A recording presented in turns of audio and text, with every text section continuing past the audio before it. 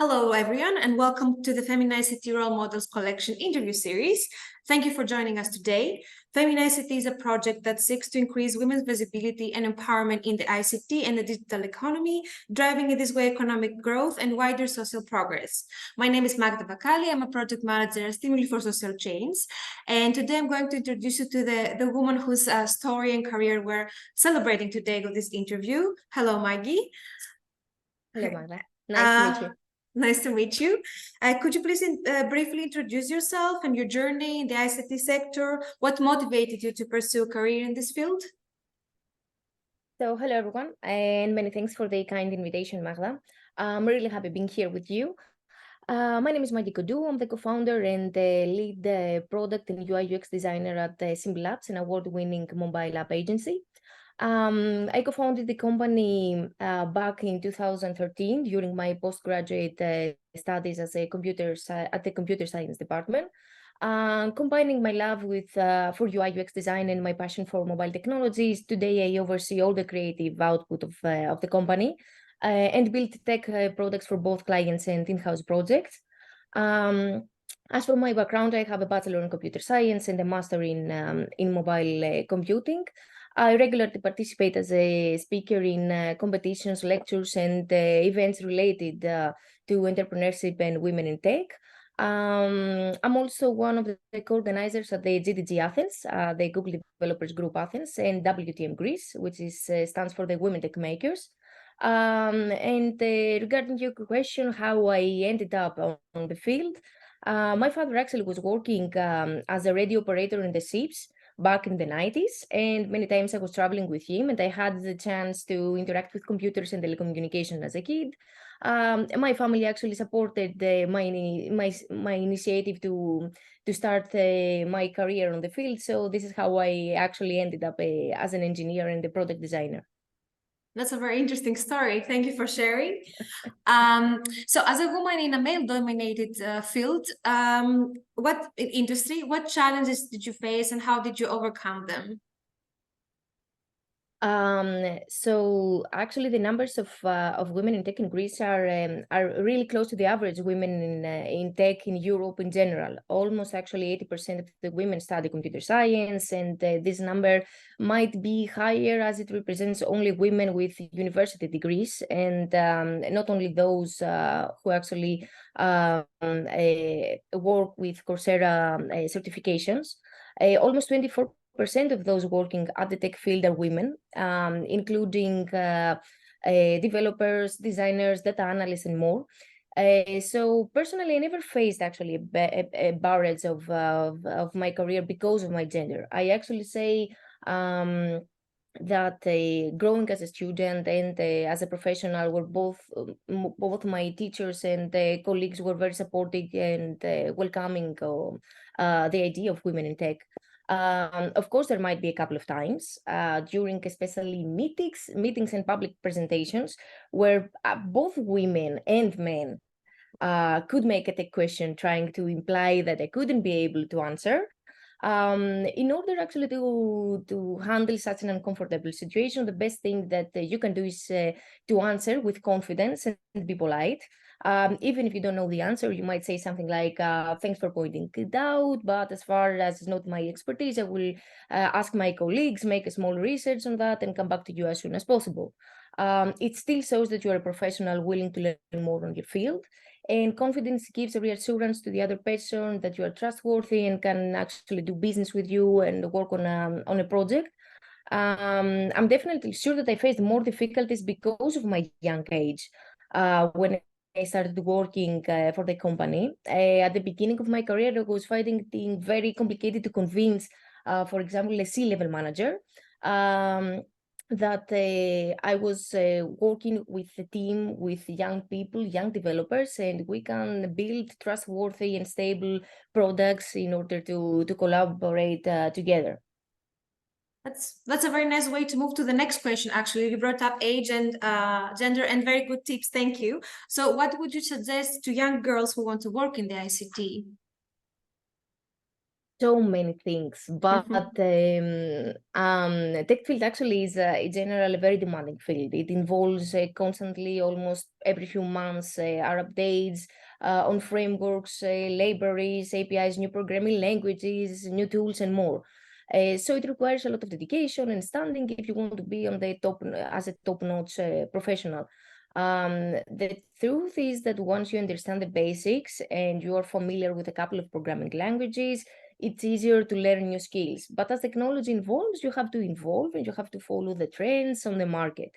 In terms of job applications, there might be a slight interest to hire more women, but at the end of the day, it's all about skills, both soft and hard skills. A company won't hire you only because you are a woman in tech, and that's not just a hype. We are hiring people because they are capable to deliver a project. Um, Most companies in Greece are currently searching for programmers on Angular, Python, React, Android, and iOS. I would highly recommend not to try to learn as many languages as possible in order to apply for a job. I would suggest to mostly focus on one or two max, learn the related frameworks, and start your own projects in order to become more familiar. And of course, upload your portfolio on GitHub. This is a platform that actually all hire managers ask developers to show. GitHub is a platform where we can actually share code and show how experienced we are in the field. And one of the most important things that I actually want to share with people, it's a personal actually story.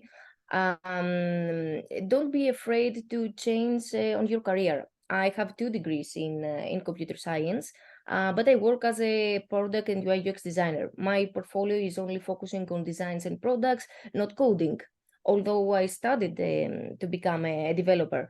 Our clients ask me for designing products and product skills and not coding, but those degrees help me a lot to understand the life cycle of each tech product, what features are possible to be implemented, which design patterns are more optimized when implemented for developers.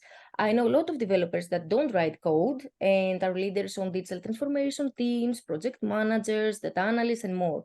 So our field actually gives you a big variety of opening positions, not only just coding. So if someone is studying to become a developer and just like me doesn't like to code anymore, there are a lot of alternatives out there. Very nice. Thank you.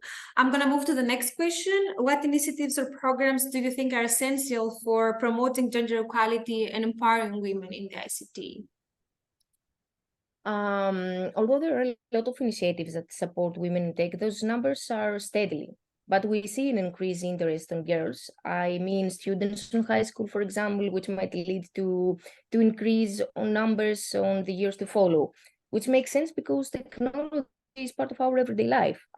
We use apps, we have smart houses.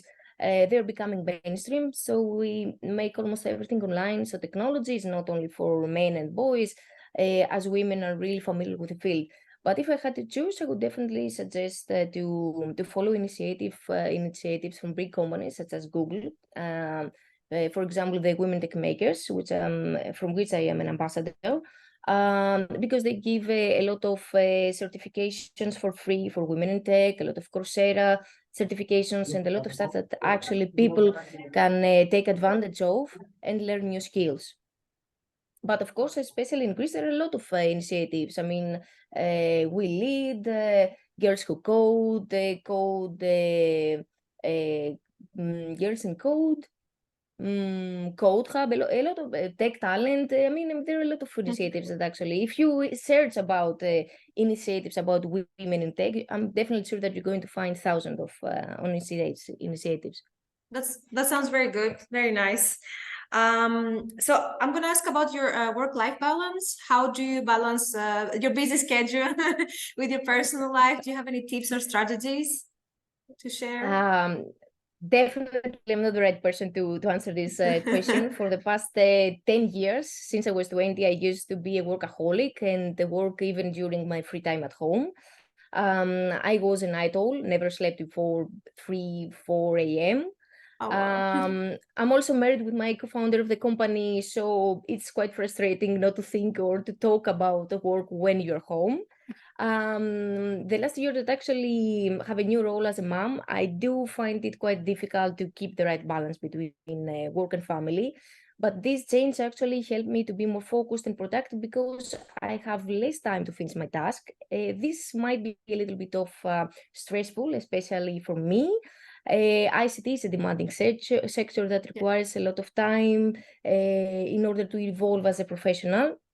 But the strategies that I actually welcomed during the COVID was to take a day off during a working week and the alternative work either on Saturday or Sunday. A break from work during the week when everyone else actually is working gives me a short breath of relaxation and more free time for family and friends. And I prefer actually to work on Saturdays and Sundays because there is no stress from clients, no distractions from emails, and I can handle my workflow easier. Of course, I can do it every week, but I do my best in order to keep it at least one time per month. Nice. So what notable accomplishments or projects have you been involved in within your within the ITC, all the things that you do, and how do you feel that they have made a positive impact? So I represented Greece in the Global Entrepreneurship Summit held in San Francisco as a women working and developing award-winning mobile apps. I participated as a role model in the campaign Women Changing Greece, powered by the US Embassy in Greece. I was part of the Tech Talent School team, a project offering free courses of all around Greece to teachers and young people who wanted to learn programming. As mentioned before, I'm co-organizer of the GTG Athens and the Women Tech Makers Greece, two Google initiatives that supports dev and women in tech. I'm an active trainer on Grow with Google for digital skills and I'm a remarkable facilitator, which is a Google initiative for diversity and inclusion in the workplace. I'm very close to the community and try to be very helpful, connecting peers and meet new people. All those initiatives help people to grow their skills, become more professionals, become better actually professional, and offer easily access to information. So it looks like you're the right person to be here and being highlighted in this FEMIN-ICT series. So I'm going to move to our next question, and it's about your opinion. What are the key opportunities and advancements in the ICT sector that can drive positive change in society? I could say digital inclusion and the connectivity, expanding internet access to all areas and breaking the digital divide can empower all people who have access to the information. E-learning and education technology can demonstrate education, learning more accessible to everyone and especially more personalized. Smart cities initiatives that can actually lead to improve our everyday life. And I could also say collaborative tools and remote work, especially during the COVID. ICT facilities, remote work and collaboration promote work-life balance, something that we actually talked before, and enable access to job opportunities across the globe. So you can actually stay in Greece and work for a company in USA. Nice, very nice. Thank you for sharing. Could you give me 1 minute, please? Sure. Okay, I'm going to move to the next question. How important is diversity and inclusion in the ICT industry? What steps can be taken to encourage more women to enter and thrive in this field? Definitely, as you mentioned, we need more women when designing and developing tech products. Almost all tech products refer to all genders. The end users are both men and women. We can't create a successful product when we lack the feedback of almost 50% of our end users. We can't create a successful product when we lack the feedback of women. And this is why we need more women in the field. This is why more and more tech companies hire more women in the tech. It's not a trend to bring diversity and inclusion on workplace. There is a need to bring diversity and inclusion in our tech products. And it works vice versa. We actually can sell a product designed for men when the team of the production, the sales, the marketing consists only from women. We need to build complementarity teams in order to build successful products. And technology is a field with big increase in Greece. I'm definitely sure that the years that follow, more and more startups and especially large companies which have more resources will hire more people with technological background and eventually more women. And that is why we need to build more flexible workplaces and initiatives about women in tech. That's a very, very useful perspective. Thank you. So our next question is, are there any particular trends or emerging technologies within the sector that you find exciting or believe that they will have a significant impact in the future? Artificial intelligence and machine learning have the potential to revolutionize various industries by automating processes, optimizing decision making, and enabling more personalized services. From healthcare diagnostic to smart city management to technologies that can actually simplify our everyday life. Of course, big data analytics can provide valuable insights about various aspects of society, including healthcare, urban planning, and education. By using predicting modeling, organizations can make more personalized decisions and allocate resources more efficiently. Definitely sure augmented reality and virtual technologies are going to profound an impact on education, training, gaming. They're enabling emerging learning experiences.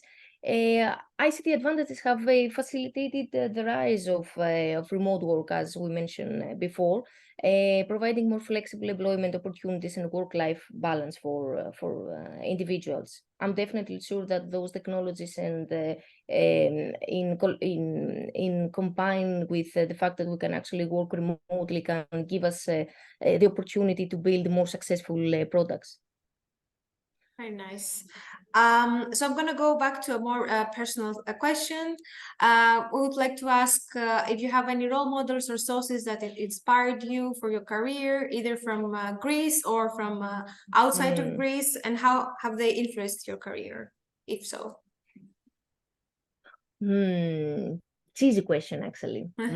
Well, there are many, but if I had to choose, I would choose the senior regional director at Microsoft, Mrs. Milady Stoubu. I found her talks very inspiring and up to the point. She made a great impact in our community here in Greece all those years, and I admire her dedication on helping especially young people and women start their career in tech. I met her in person, and she's a great example also of a woman who has figured out how to have a loving family and a successful career. Very nice. So great women highlighting other great women. That's great. Very inspiring. And my last question for today is, are there any specific policies, initiatives, or measures implemented in Greece? I think you've already mentioned a few groups, but if there are other policies that concern women in ICT sector that you would like to share today, anything that you haven't shared already? Not something that I'm concerned about, especially from a governmental point, but most tech companies in Greece that develop tech products, app platforms, or offer digital services do understand the need to include more women in the field.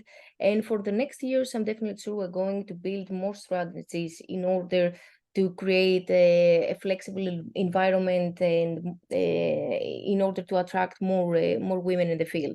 I'm definitely sure that we already made a lot of progress on the field. I mean, when I started as a developer, there were only a few women at our community meetups. I mean, 5, 6, 7. Now, mostly 30 to 40% of the people that I meet are women, not only engineers, but also data scientists. I mean, women in tech in general. That sounds very good. The numbers are really hopeful. That's great. Yes. So yes, that was it for today. Thank you very much for being with us and for sharing your story. I will be sharing it on our social media and our project website. And thank you very much, Magy. Very nice to meet you. Goodbye. Thank you, Magda. Goodbye, everyone.